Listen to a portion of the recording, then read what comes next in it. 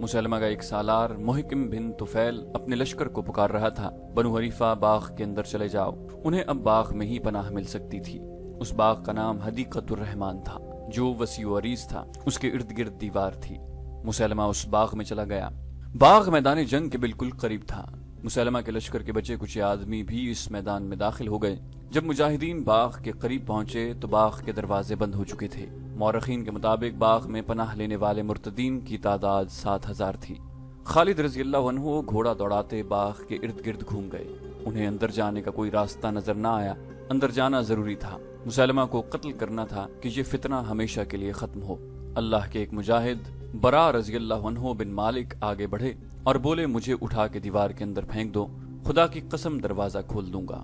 برا رضی اللہ عنہ صحابہ کرام میں خصوصی درجہ رکھتے تھے، کسی نے بھی یہ گوارا نہ کیا کہ انہیں باغ کے اندر پھینک دیا جائے، لیکن انہوں نے اتنا زیادہ اصرار کیا کہ 2-3 مجاہدین نے انہیں اپنے کندھوں پر کھڑا کر دیا اور وہ دیوار پر جا کر باغ میں کود گئے۔ باغ میں دشمن کے 7,000 آدمی تھے اور برا رضی اللہ عنہ اکیلے۔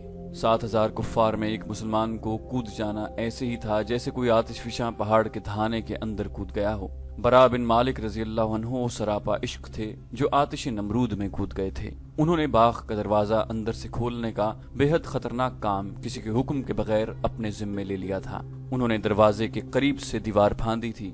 7,000 بنو حنیفہ جو باغ کے اندر چلے گئے تھے اور جنہوں نے دروازہ بند کر لیا تھا ابھی افراتفری کے عالم میں تھے۔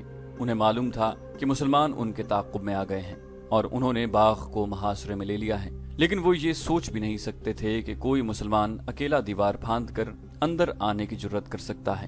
وہ کون ہے؟ کسی نے بڑی بلند آواز میں کہا، وہ دروازہ کھول رہا ہے۔ کوئی مرتد للکارا، کاٹ دو اسے۔ ایک اور للکارا، پکڑ لو۔ ایک شور اٹھا، بے شمار مرتد تلواریں اور برچھیاں تانے برا بن مالک رضی اللہ عنہ کی طرف بڑھے۔ برا رضی اللہ عنہ دروازہ کھول نہیں سکے تھے۔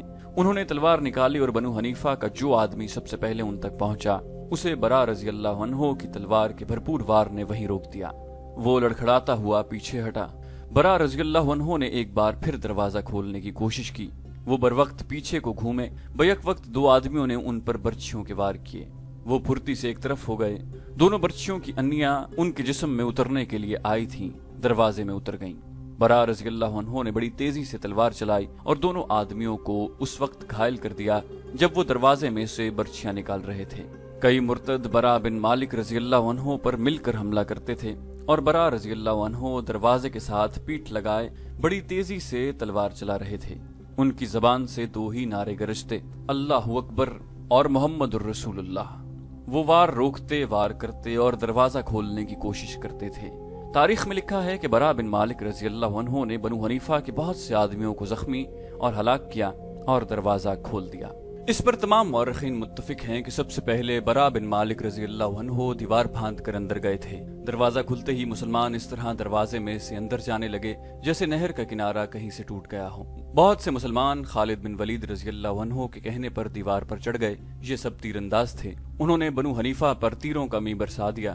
مسلمان جو اندر چلے گئے تھے وہ بنو حنیفہ پر قہر کے مانند ٹوٹے۔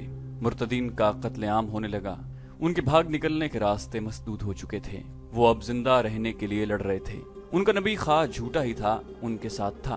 اس کی للکار سنائی دے رہی تھی اور وہ بڑی بے جگری سے لڑ رہا تھا۔ مرتدین کی تعداد بہت زیادہ تھی جو بڑی تیزی سے کم ہوتی جا رہی تھی۔ باغ خون سے سیراب ہو رہا تھا۔ خالد بن ولید رضی اللہ عنہ کے ذہن میں یہی ایک ارادہ تھا کہ مسلمہ کو قتل کیا جائے ورنہ لڑائی ختم نہیں ہوگی، لیکن مسلمہ کہیں نظر نہیں آ رہا تھا۔ مسلمہ کذاب خالد بن ولید رضی اللہ عنہ کو تو نظر نہیں آ رہا تھا، ایک اور انسان تھا جس کی عقاب نگاہوں نے مسلمہ کو دیکھ لیا تھا۔ وہ حبشی غلام وحشی بن حرب تھا۔ برچھی نشانے پر پھینکنے میں وحشی کا مقابلہ کرنے والا کوئی نہ تھا۔ اس نے ایک بار اپنی برچھی کا کمال سب کو دکھایا تھا۔ ایک رقاصہ کے سر پر ایک کڑا جو کانچ کے اوسط سائز کا تھا اس کے بالوں کے ساتھ ایک طرف باندھ دیا گیا کہ کڑا اس کے سر پر کھڑا تھا۔ وہ ناچنے لگی اور وحشی برچھی لے کر چند قدم دور کھڑا ہو گیا۔ اس نے برچھی ہاتھ میں اٹھا کر تولی۔ رقاصہ رقص کر رہی تھی۔ جو ہی رقاصہ موزوں زاویے پر آئی وحشی نے تاک کر برچھی پھینکی۔ برچھی رقاصہ کے سر پر کھڑے کڑے میں سے گزر گئی۔ جنگ احد میں وحشی بن حرب نے رسول کریم صلی اللہ علیہ وآلہ وسلم کے چچا حمزہ بن عبد المطلب رضی اللہ عنہ کو اسی طرح برچھی پھینک کر شہید کیا اور ابو سفیان کی بیوی ہند سے انعام وصول کیا تھا۔ اس وقت وحشی مسلمان نہیں ہوا تھا۔ فتح مکہ کے بعد اس نے اسلام قبول کر لیا تھا۔ اب مسلمہ کذاب کے خلاف جنگ میں وحشی رضی اللہ عنہ مسلمانوں کے لشکر میں تھا۔ باغ کے خونریز مارکے میں اس نے مسلمہ کو دیکھ لیا تھا۔ اس نے خالد رضی اللہ عنہ کی زبان سے سن لیا تھا کہ مسلمہ کو ختم کیے بغیر لڑائی ختم نہیں ہوگی۔ وحشی مسلمہ کی تلاش میں دشمن کی تلواروں اور برچھیوں سے اور اپنے ساتھیوں کے تیروں سے بچتا، لاشوں اور تڑپتے ہوئے زخمیوں سے ٹھوکریں کھاتا سارے باغ میں گھوم گیا اور اسے مسلمہ نظر آ گیا۔ مسلمہ اپنے محافظوں کے نرغے میں تھا، جو اس قدر جانبازی کا مظاہرہ کر رہے تھے کہ کسی مسلمان کو قریب نہیں آنے دیتے تھے۔ وحشی کے قریب جانے کی ضرورت نہیں تھی۔ مسلمان مسلمہ کے محافظوں کے ساتھ لڑ رہے تھے اور ان کے ارد گرد وحشی گھوم رہا تھا کہ مسلمہ پر برچھی پھینکنے کا موقع اور صحیح زاویہ مل جائے۔ اسے ایک موقع مل گیا، لیکن اس کے راستے میں ایک خاتون ام عمارہ رضی اللہ عنہا آ گئیں اور وہ بھی مسلمہ تک پہنچنے کی سعی کر رہی تھی۔ وہ اپنے بیٹے کے ساتھ تھی۔ وہ مسلمہ کے محافظوں کا حصار توڑنے کے لیے آگے بڑھی تو ایک مرتد کی تلوار نے انہیں روک لیا۔ ام عمارہ نے اپنی تلوار سے اسے گرانے کی بہت کوشش کی، لیکن مرتد کا ایک وار نے ام عمارہ کا ایک ہاتھ صاف کاٹ دیا۔ ان کے بیٹے نے تلوار کے ایک ہی وار سے اس مرتد کو مار گرایا اور یہ مجاہد اپنی ماں کو ساتھ لے گیا۔ وحشی کو موقع اور زاویہ مل گیا۔ اس نے برچھی کو ہاتھ میں تولا اور تاک کر پوری طاقت سے برچھی مسلمہ پر پھینکی۔ برچھی مسلمہ کے پیٹ میں اتر گئی۔ اس کے ہاتھوں نے برچھی کو پکڑ لیا، لیکن برچھی اپنا کام کر چکی تھی۔ مسلمہ کے ہاتھوں میں برچھی کو پیٹ سے نکالنے کی سکت نہ تھی۔ مسلمہ گرا، اسے مرنا ہی تھا، لیکن ابو دجانہ رضی اللہ عنہ نے اسے تڑپ تڑپ کر مرنے کی اذیت سے اس طرح بچا لیا کہ اس کا سر تلوار کے ایک زوردار وار سے اس کے دھڑ سے الگ کر دیا۔ ابو دجانہ رضی اللہ عنہ مسلمہ کی سرکٹی لاش ابھی دیکھ ہی رہے تھے کہ مسلمہ کے ایک محافظ نے پیچھے سے اتنا سخت وار کیا کہ ابو دجانہ رضی اللہ عنہ گرے اور شہید ہو گئے۔ ایک مرتد گلا پھاڑ کر چلایا، بنو حنیفہ، ہمارے نبی کو ایک سیاہ فام حبشی نے مار ڈالا ہے۔ مشہور مورخ ابن حشام نے لکھا ہے کہ باغ کے اندر مارکے کی خوریزی میں یہ آوازیں سنائی دینے لگیں، نبی مارا گیا، مسلمہ قتل ہو گیا۔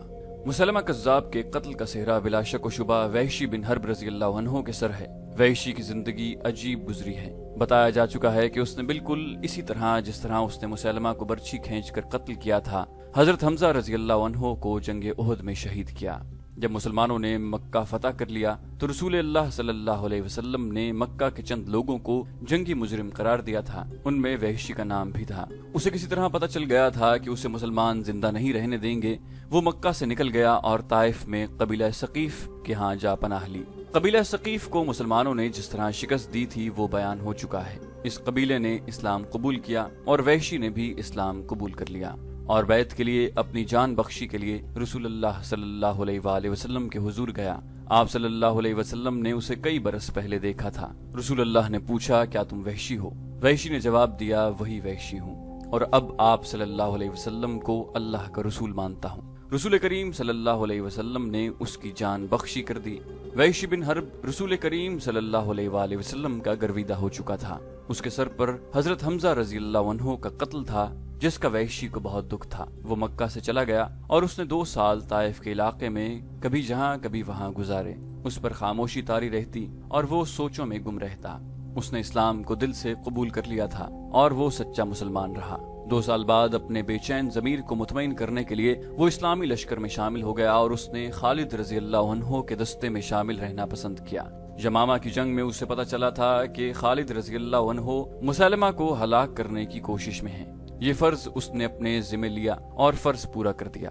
اس کے بعد وحشی خالد رضی اللہ عنہ کے دستوں میں رہا اور کئی لڑائیوں میں اس نے بہادری کے جوہر دکھائے۔ شام کی فتح کے بعد وہ اسلامی لشکر سے الگ ہو کر حمص میں گوشہ نشین ہو گیا۔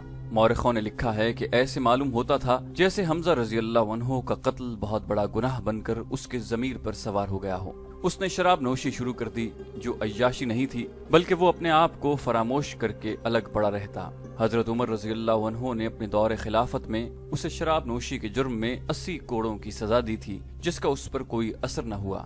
وہ شراب پیتا رہا۔ زندگی کے آخری دنوں میں اسے ایسی شہرت ملی کہ لوگ اسے عقیدت سے ملتے تھے، مگر وہ ہوش میں کم ہی ہوتا۔ جب کبھی ہوش میں ہوتا تو لوگوں کو حمزہ رضی اللہ عنہ اور مسلمہ کے قتل کے واقعات سناتا۔ لوگ اس سے یہی واقعات سننے کے لیے جاتے تھے۔ اس نے کئی بار اپنی برچھی ہاتھ میں لے کر کہا، میں جب مسلمان نہیں تھا تو اس برچھی سے میں نے ایک بہت ہی اچھے آدمی کو قتل کیا تھا، اور میں مسلمان ہوا تو اس برچھی سے ایک بہت ہی برے آدمی کو قتل کیا۔